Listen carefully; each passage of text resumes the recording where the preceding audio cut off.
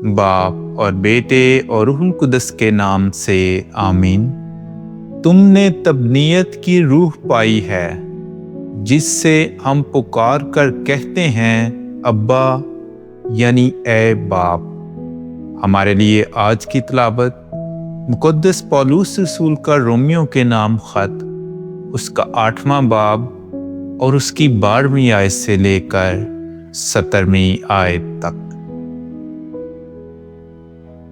پس اے بھائیو، ہم بشریت کے قرض دار نہیں کہ بشریت کے طور پر زندگی بسر کریں، کیونکہ اگر تم بشریت کے طور پر زندگی گزارو گے تو مرو گے، لیکن اگر روح سے بشریت کے کاموں کو مارو گے تو زندہ رہو گے، اس لیے کہ جتنے خدا کے روح کی ہدایت سے چلتے ہیں وہی خدا کے فرزند ہیں۔ کیونکہ تم نے غلامی کی روح نہیں پائی ہے کہ پھر ڈرو، بلکہ تبنیت کی روح پائی ہے، جس سے ہم پکار کر ابا، یعنی اے باپ کہتے ہیں۔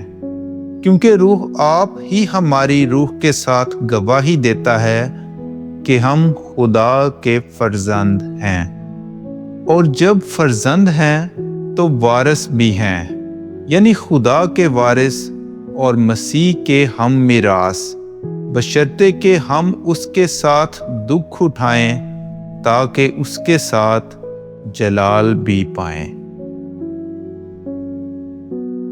پاک کلام کے پڑھے اور سنے جانے پر خدا کی برکت ہو۔